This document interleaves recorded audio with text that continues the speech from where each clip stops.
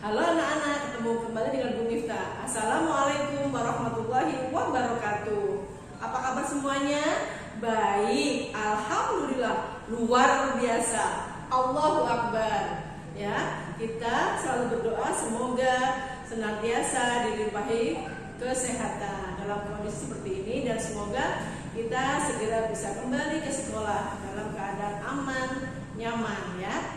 Hari ini kita akan belajar tema 6, subtema 2, pembelajaran yang ketiga dan keempat tentang SPDP ya. Nanti apa saja yang kita pelajari SPDP kita lihat ya. Dan apa saja yang kamu pelajari, kamu amati apa yang guru jelaskan dan ada di layar.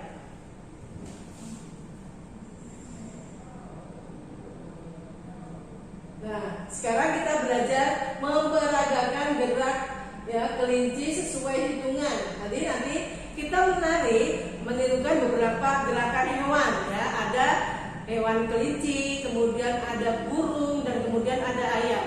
Untuk gerakan pertama kita menirukan gerakan kelinci. Kita dapat menirukan gerakan hewan dengan hitungan yang tepat. Perhatikan gerakan kelinci ketika melompat menghampiri Lani. Nah, ini Lani, ada kelinci melompat ya. Perhatikan gerakan kelinci. Apakah kepalanya bergerak ya? Bagaimana gerakan kepalanya ketika makan? Apakah kakinya bergerak? Bisakah kamu mengikuti gerakannya? Kamu tahu kan kelinci punya 4 kaki, kaki belakang lebih panjang daripada kaki depan. Itu ya yang menyebabkan dia bisa melompat jauh ya. Kita perhatikan lagi. Nah, ini adalah kelinci yang tadi ya, melompat. Nah, ini satu hitungan. Apabila nanti dilakukan berkali-kali ya, 1 lompatan, 2 lompatan, 3 lompatan, 4 lompatan. Tirukan gerakan kelinci ketika sedang melompat. Bayangkan bahwa kedua tanganmu adalah kaki depan kelinci, berarti lebih pendek. Jadi kaki belakang lebih panjang. Melompatlah ke depan sebanyak 3 kali. Berarti ke depan 1, 2, 3, dan ke samping kanan sebanyak 3 kali. Jadi, melompat ke depan juga bisa melompat ke samping kanan, bisa melompat ke samping kiri. Kamu tirukan dengan cara jongkok. Nanti perhatikan gambar berikutnya.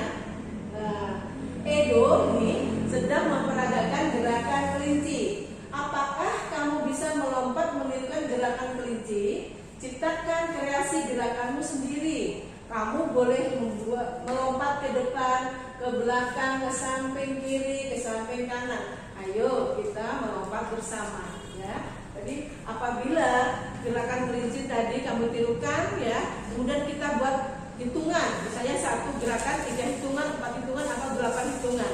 Kemudian ya gerakan ke samping berapa, ke kiri berapa. Nanti akan membentuk sebuah tarian yang indah.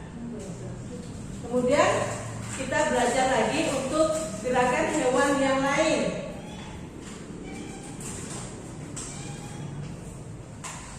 Memperagakan gerak burung terbang dan gerak ayam. Nah, nanti gerakan kedua yaitu gerak burung. Perhatikan gerakan sayap burung saat terbang. Bagaimana gerakan sayapnya? Burung melebarkan sayapnya untuk dapat terbang. Jadi biar terbang ya, harus melebarkan sayapnya. Kita tirukan dengan cara merentangkan kedua tangan ya. Perhatikan ya. Lihat gambarnya anak-anak.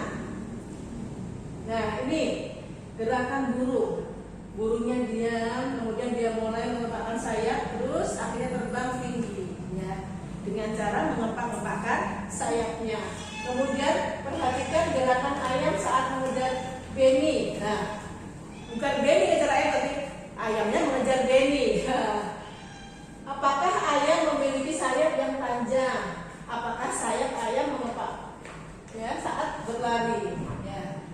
Kalau burung sayapnya lebih panjang daripada sayap ayam, nanti menirukannya ya, beda. Nah, kita perhatikan gerakan Benny memberi makan ayam. Dia mengambil makanan dari dalam kotak, lalu dia menebarkannya di antara ayam-ayam. Nah, ini Benny memberi makan ayam. Gerakannya kan dia membawa makanan ayam. Nah, begini tangannya, 1, Ya, 2, 3, 4. Nah, bisa ditukar lagi dengan tangan yang sebelahnya. Itu gerakan menirukan ya saat memberi makan ayam. Kita lihat gerakan yang lain. Menirukan gerakan burung saat terbang. Bayangkan kedua tanganmu adalah sayap burung. Bayangkan. Bentangkan atau rentangkan tanganmu, kemudian kepakkan. Ingat, kalau menirukan gerakan burung, tangan kita rentangkan ya, atau dibentangkan. Hitung hingga 8 kali kepakan. Setelah 8 kali kepakan, buat gerakan mengepak. Ya. Lakukan sambil membentuk lingkaran. Jadi ini pola lantainya berbentuk lingkaran seperti kita pelajari kemarin. Benny pertama kedua tangan kemudian kepakkan dan dia menari dengan cara berputar membentuk lingkaran. Ya. Berikutnya kita akan belajar gerakan ayam. Nah, menirukan gerakan ayam. Bayangkan kedua tanganmu adalah sayap ayam. Lipat siku tanganmu hingga membentuk sayap yang pendek. Perhatikan huruf yang Bu Guru tebalkan. Jadi kalau gerakan ayam, sikunya dilipat. Kalau direntangkan, ya gerakan burung. Ya, ini siku begini. Nah, ini gerakan ayam. Nah, gerakannya lihat sambil berjalan, ya. Jadi hitung 8 kali kepakan, setelah 8 kali kepakan buat gerakan mengepak. Jadi sambil jalan. Ya, itu adalah membentuk pola tarian.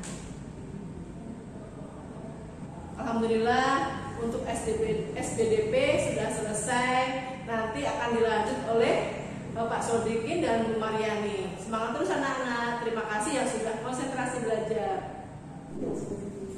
Oke, baik anak-anak. Sekarang kita lanjut ke pembelajaran berikutnya. Kalau tadi kalian sudah belajar dengan Bu Miftah mata pelajaran atau muatan pembelajaran SPDP, sekarang kita lanjut ke muatan pembelajaran bahasa Indonesia. Ya, di muatan pembelajaran bahasa Indonesia ini kita masih belajar tentang menulis huruf tegak bersambung dan menulis huruf kapital. Sekarang diperhatikan.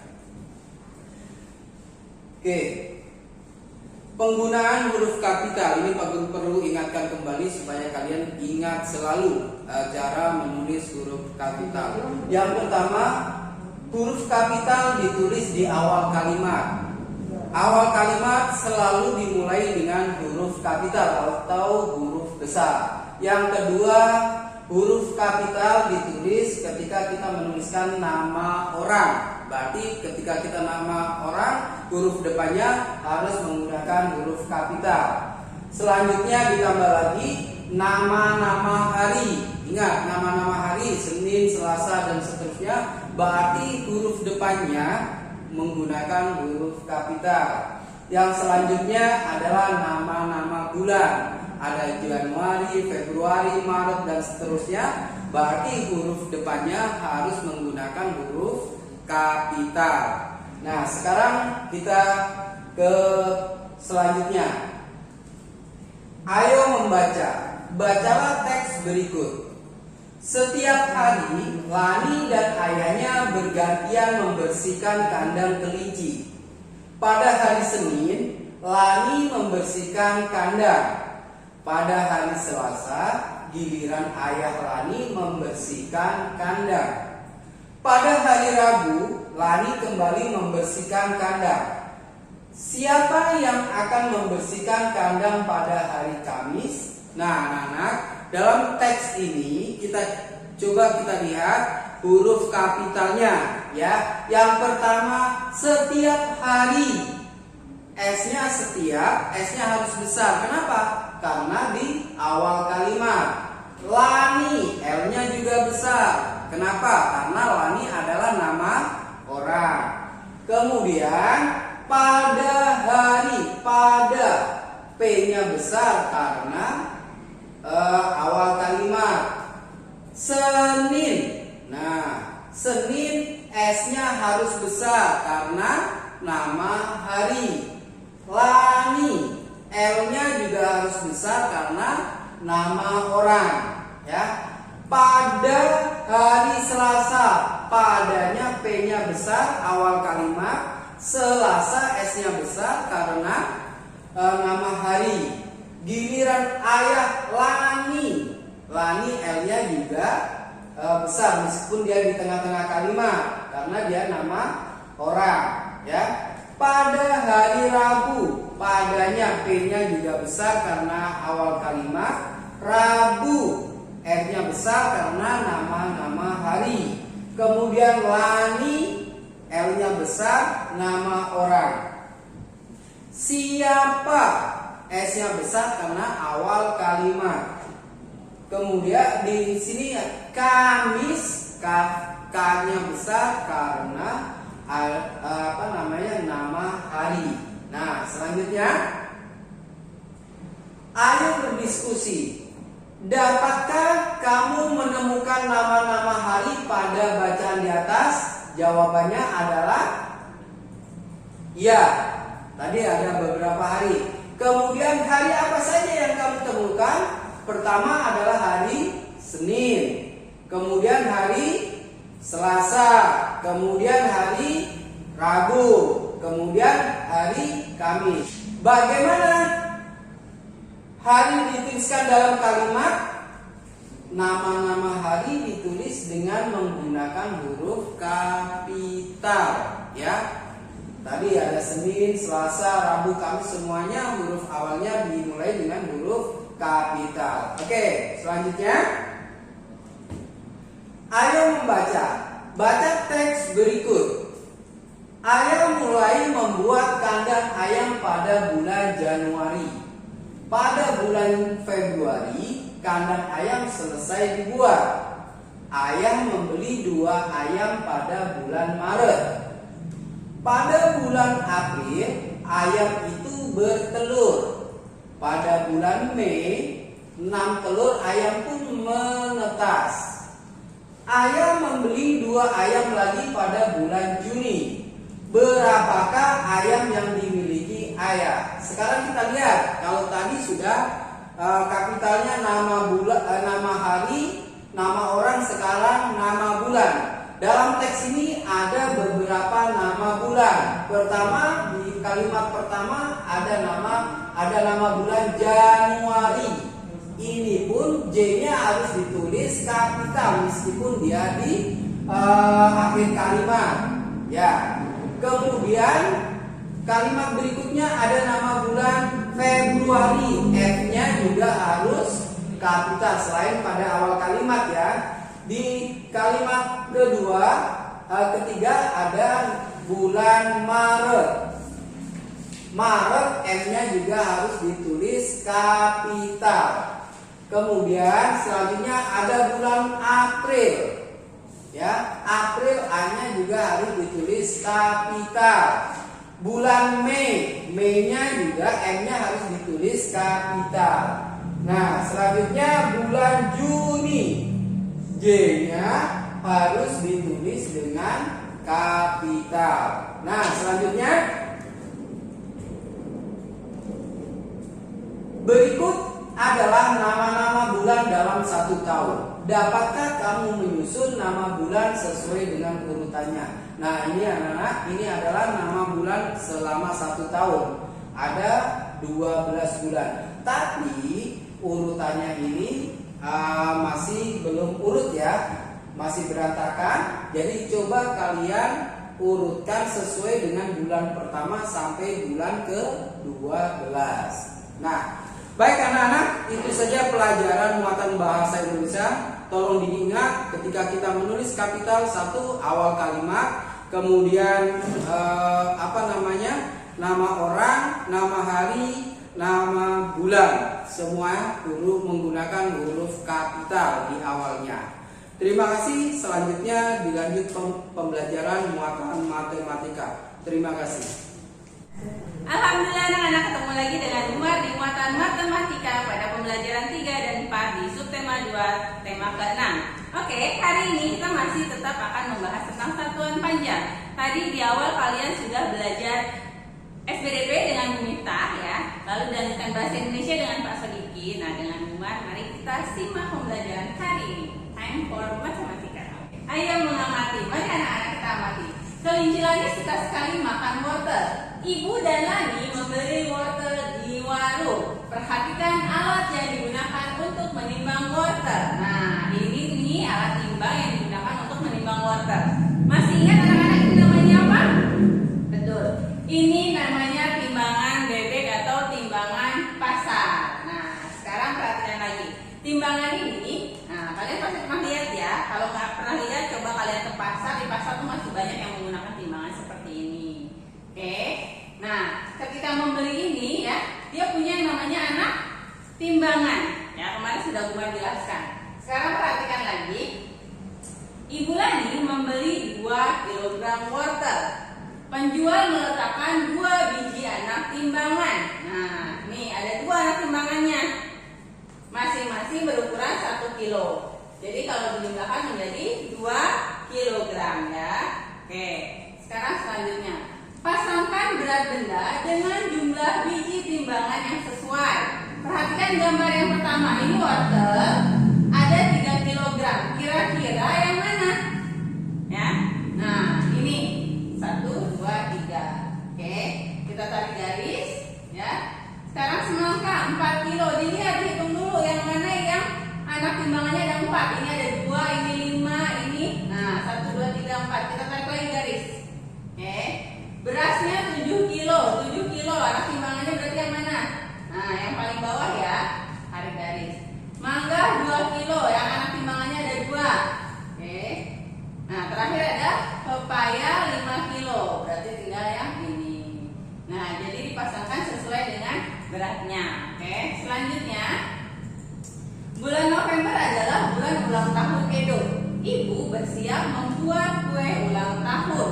Ibu membutuhkan telur, tepung terigu, gula, coklat, dan mentega untuk membuat kue yang enak. Bahan kue harus ditimbang terlebih dahulu. Ibu menggunakan alat timbangan seperti gambar berikut. Nah, masih ingat ini apa? Ini adalah timbangan kue atau timbangan dapur. Timbangan ini punya jarum nih. Nah, menunjukkan beratnya. Jadi dilihat di sini tuh ada ukuran 1 kilo, 2 kilo, 3 kilo, 4 kilo, 5 kilo, 6 kilo dan seterusnya sampai 7 kilo ini ya. Nah, di sini ada per onsnya, berapanya untuk menunjukkan berapa berat benda tersebut. Sekarang perhatikan lagi. Nah, ibu membutuhkan 250 gram telur. Ibu mengukur menggunakan timbangan dapur atau timbangan kue. Nah, lihat, ini timbangannya, ini telurnya. Ibu hanya membutuhkan 250 gram ya. Ini dinyatakan dalam gram beratnya.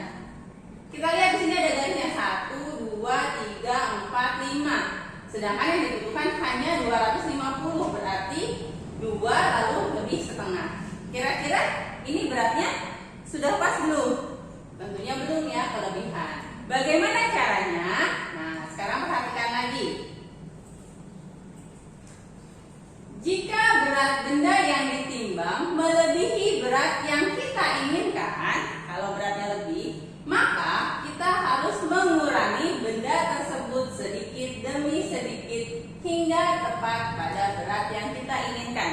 Jadi kalau misalnya tadi telurnya yang ditimbang kan 500 gram, sedangkan yang dibutuhkan 250 gram, berarti kan berlebih. Nah, kita kurangkan telurnya satu-satu atau sedikit-sedikit ya, 1 atau 2 sampai menemukan berat yang pas.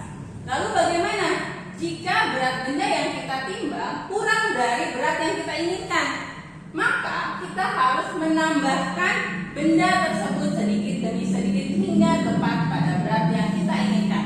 Misalkan kamu mau nimbang tepung yang dibutuhkan 300 gram ya.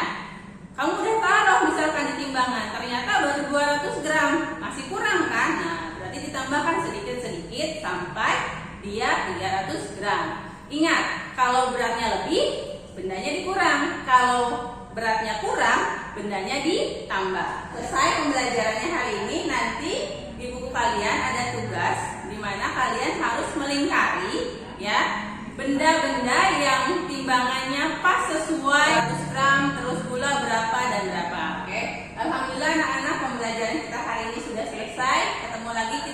pembelajaran 5 dan 6 di esok hari. Jangan lupa terapkan selalu 5M, beribadah yang rajin. Sampai ketemu lagi. Wassalamualaikum warahmatullahi wabarakatuh.